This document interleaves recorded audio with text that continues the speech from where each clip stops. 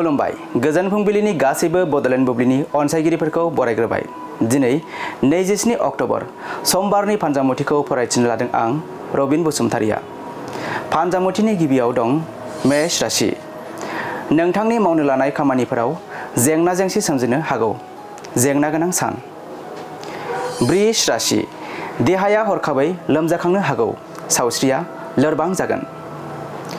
मिथुन राशि। गोबावनि उनाव गोजाम लोगोजों लोगो मोनलायनो हागौ। लोगोथिया बांगोन। कर्कट राशि। नोंथाङा दिनैनि सानाव जुलिनि रादाय खानानै लानो हागोन। गोथार सान। सिंह राशि। मानिबा जाहोनाव लोगोफोरजों नांलायनांनो हागौ। सुथुरा बांगोन। कन्या राशि। मोजां मोनलायनायनि गेजेराव हेंथा सोमजिनो हागौ।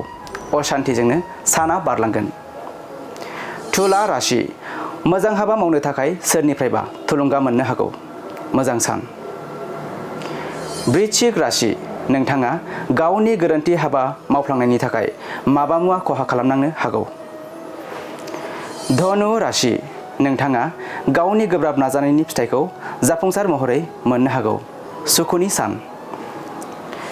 मकर राशि।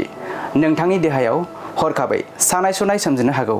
देहाया जोबोरैनो खस्थ' मोनगोन। कुम्भ राशि।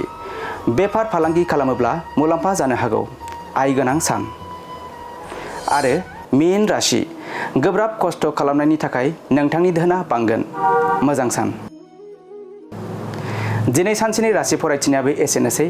आसा खालामो नोंथांनि दिनैनि साना मोजाङै मोजां थांगोन। बेखौ बडलेण्ड बुब्लि नखरनिफ्राय मिजिंथिबाय। गोजोन्थों।